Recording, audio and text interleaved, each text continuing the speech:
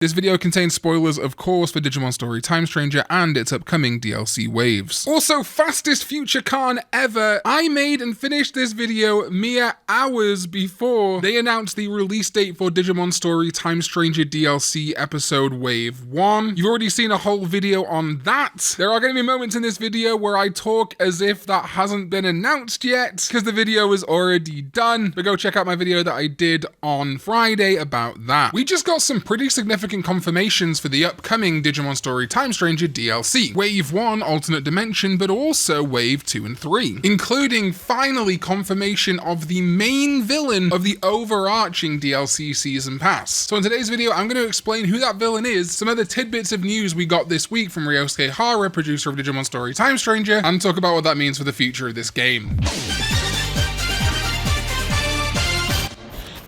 What is up, jolly companions? My name is Karn EX and welcome back to Karn's Holiday Hootenanny. I'm going to greet you more in the holiday spirit on the next video, but this video got filmed after that video. But if you'd like to give me a present this Christmas, please hit that subscribe button, it'd mean the world. So yes, we got some updates on the upcoming Digimon Story Time Stranger DLC this week. As you all probably know by now, the first wave, Alternate Dimension, we of course got confirmation this week that that release date is actually December 8th or December 9th, depending on your time zone. That Steam estimate of January was very conservative. You can check out my main video on the DLC confirmation if you want to know all those details and what it means for the rest of the wave. But I'm talking specifically today about the villain of the piece, Parallelmon, who was just confirmed via the post on Digimon Games that says, "The Akashic Backdoor has appeared. Agent, it's time to investigate this phenomenon, as directed by Mirei Mikagura." And then we see this image of a silhouetted Parallelmon in the Akashic Backdoor that we've seen in the trailer, with the text setting. Suddenly an extra-dimensional space known as the Akashic Backdoor appeared. A mutant Digimon called Parallelmon, possessing the power to intervene in different space-time, was gathering humans and Digimon from various parallel worlds, plotting something sinister. Tasked by Mirei Mikagura to investigate, the agent sets out to defeat Parallelmon, joining forces with new allies encountered within this extra-dimensional space. So there it is, Parallelmon is confirmed for this DLC, likely taking the 16th slot in the field guide, which we've been humming and hawing would be Parallelmon or Ukamon, though I'm hoping Ukamon still gets added as a bonus. The Digimon Game Japanese account had basically the same post, but with a little bit more information in the text. Additional Digimon in Episode Pack synopsis released. Synopsis for the paid DLC, Additional Digimon in Episodes Pack 1 to 3, now available. The DLC is not now available, the synopsis is. The protagonist, commissioned by Mirei Mikagura to investigate, sets out with new companions met in an alternate dimension to defeat Parallelmon. And they weren't kidding when they said it was time or that it was about to be released, because my god, it's out on Tuesday or Monday for some of us. Incredible to see. I cannot believe it's coming so soon still. A lot of people have been asking me though, why should I care about this Parallelmon? What is it? And it's a valid question. It's not a Digimon that a lot of people know about because it's pretty rare. Its main outing was way back in the day in 2001 during the run of the Digimon manga Digimon V-Tamer, which actually never was officially released in English. There are of course fan translations you can find online, and some countries did actually get translations, but the English-speaking world never did officially. Parallelmon shows up, actually funnily enough, in a 0-2 crossover episode, where Davis, or Daisuke, ends up in the world of V-Tamer. Isn't that interesting? Specifically the 0-2 protagonist and other characters seen in this chapter, and Ukomon, another cut Digimon, is specifically from the 0-2 movie Digimon Adventure 0-2 The Beginning. That connection could mean something. The manga explains that Parallelmon is a type of mutant, a cool-headed virus monster who is programmed to travel back and forth between numerous parallel worlds. There he absorbs the data of tamers, making himself stronger. His special attack is Absorbent Bang. It's said that it absorbs tamers and sends everything else to another dimension. An alternate dimension, if you will. So that's why they're using Parallelmon here. They're using him to bring in Digimon and humans from other dimensions, which makes sense. I'm desperately hoping this means we're going to see characters from other Digimon media, like maybe Rina, given her connection to Vmon, or yeah, maybe just anime protagonists, you know, that'd be really cool. However, it doesn't seem likely based on comments that producer Ryosuke Hara made on the Terriermon Assistant Lab show. Obviously, we already know that the DLC Wave 1 will feature Kodai Kuremi, however, there is some suspicion that it's not the same Kodai Kuremi we know from the main story of Digimon Story Time Stranger. Hara stated that each DLC wave will feature about 1 hour of additional episodes episode, featuring those Digimon and a human character from the main game. I'm assuming by that he means an hour of story, but there might be more you can do. However, yeah, 3 hours total for $30 is a little bit expensive. However, a key line there is "and a human character from the main game." My suspicion there is that we're not going to get a ton of cameos from characters that aren't already in Time Stranger. Alternate Dimension DLC 1 will feature Kodai Karemi, and now we know also his daughter, Kyoko, from Digimon Story Cyber Sleuth, but this is a younger version for Time Stranger. Thanks to the DLC release date trailer, we now know that the second pack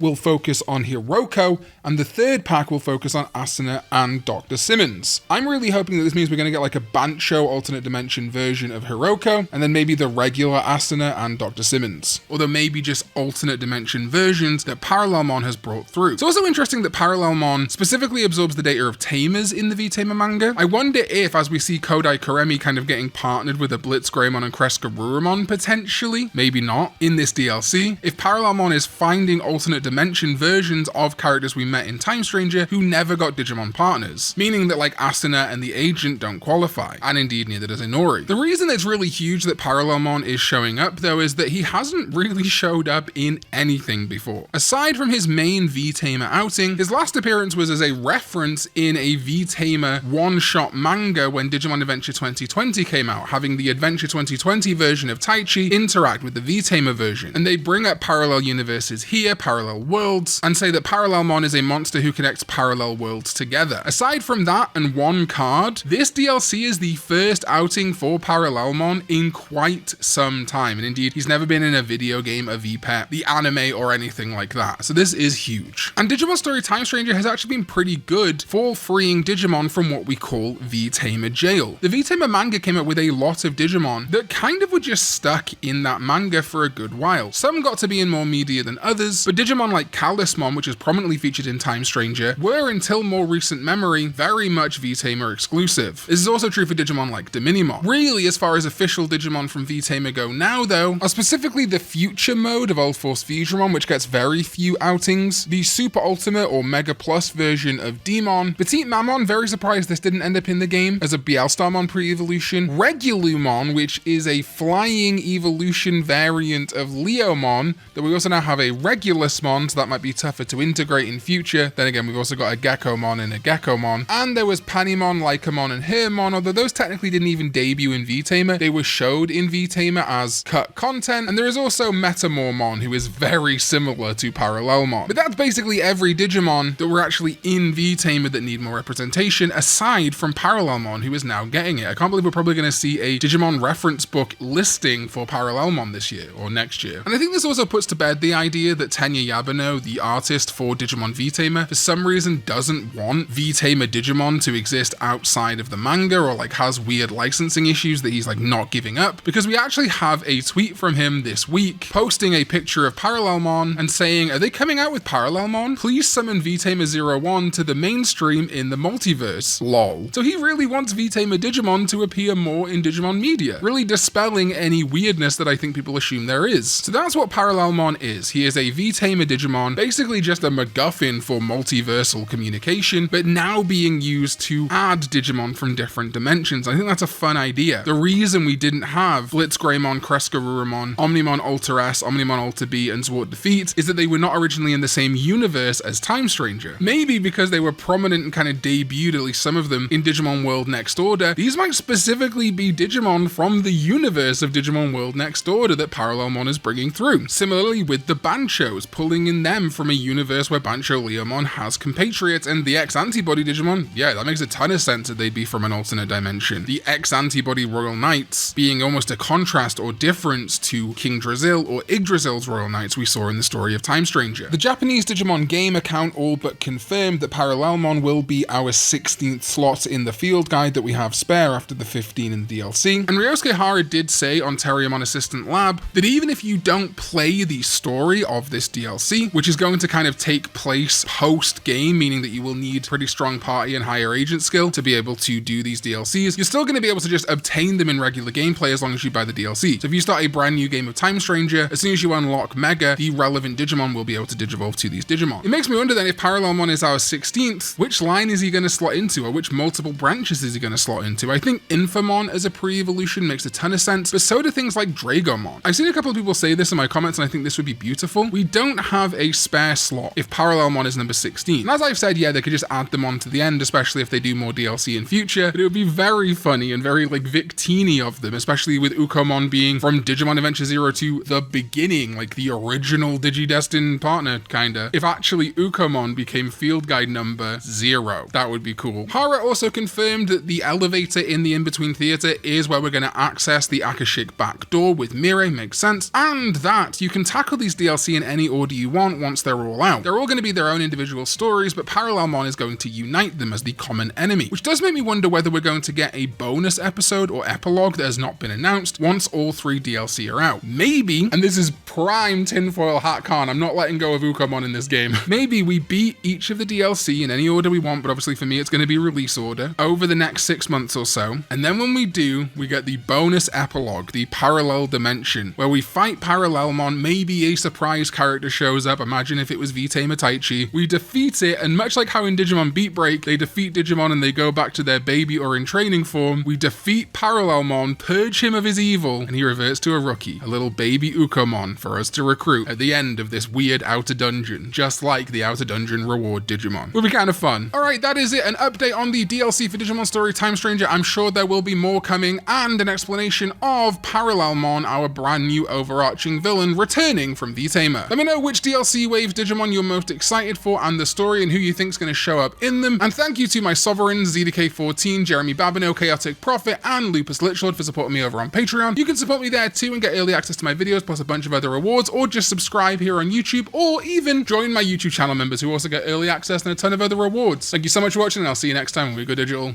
Bye bye.